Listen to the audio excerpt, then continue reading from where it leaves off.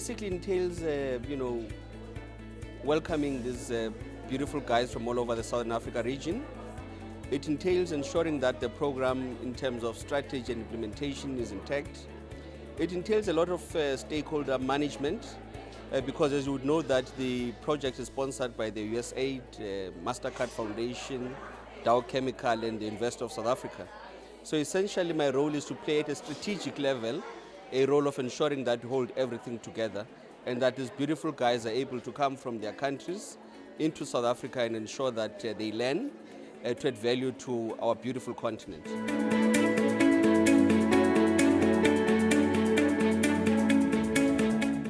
We have done about 15 cohorts. This is our 15th cohort of 135 people at a time. We've also have got a satellite campus in Mozambique, Maputo, where we cater for those that are Portuguese-speaking, namely from Angola and in Mozambique. So there we have done 4 cohorts of 100 people each. We've also done about 4 online cohorts. So all in all, we've trained about 3,000 young people from all over the SADC region and including the island countries that we have.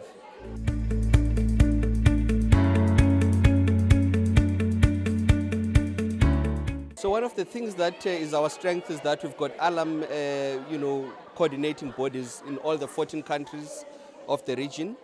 They meet up almost once every 3 months. And one of the things we do quite well is to harvest, success stories through the alum bodies.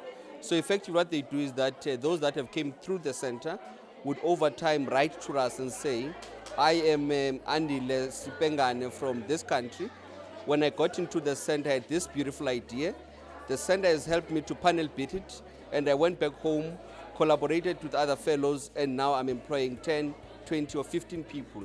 Others who work in the NGO space, for instance, would come here having this idea to say, how do we deal with, issues related to teenage pregnancy and or any other thing that they deal with in their home countries. We work with them on those ideas. They go back home, they do whatever it is they think is necessary to advance those ideals that they've learned. So in a way, we are the ones that attempt to panel beat the ideas that people have and throw them in and make them as big as possible.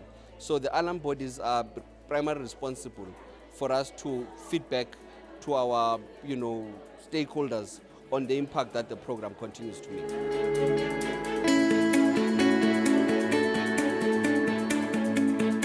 The civic leadership track is extremely popular, and I think it's because in many parts of our continent particularly, certain rights have been trampled on.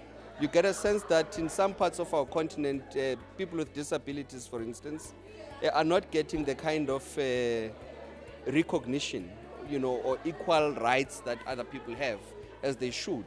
So you get a lot of young people being agitated about how this specific sector is treated in their own countries, and therefore they come to the center to say, how do we deal with issues of inclusion?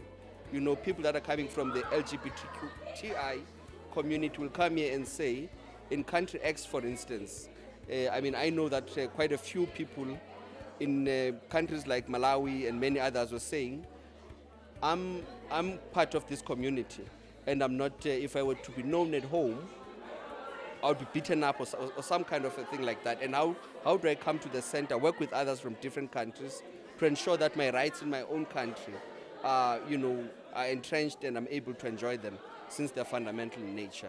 But of course, there's quite a lot of buzzing and budding entrepreneurs that come to the center with some of the greatest innovations that I've heard and seen.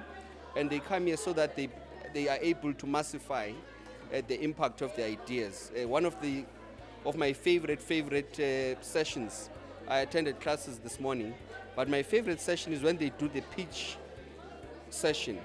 So the pitch session takes place on the second last day of the program, and that's where they say, this is the idea I came with, this is how the RLC has helped me fine-tune this idea, and this is the pitch that if I go out to talk to investors, I would submit and say, can you, so we get them to create bankable ideas, so that's my favorite session, and it's quite nice. Hopefully you'll be there as well.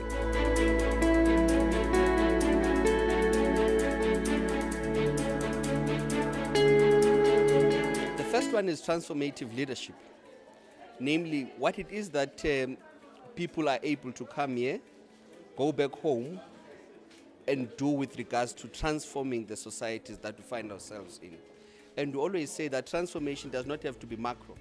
It has got to start somewhere. It could be in the village where I come from and say, here is one area that I think I need to transform, and therefore let me go out there and transform.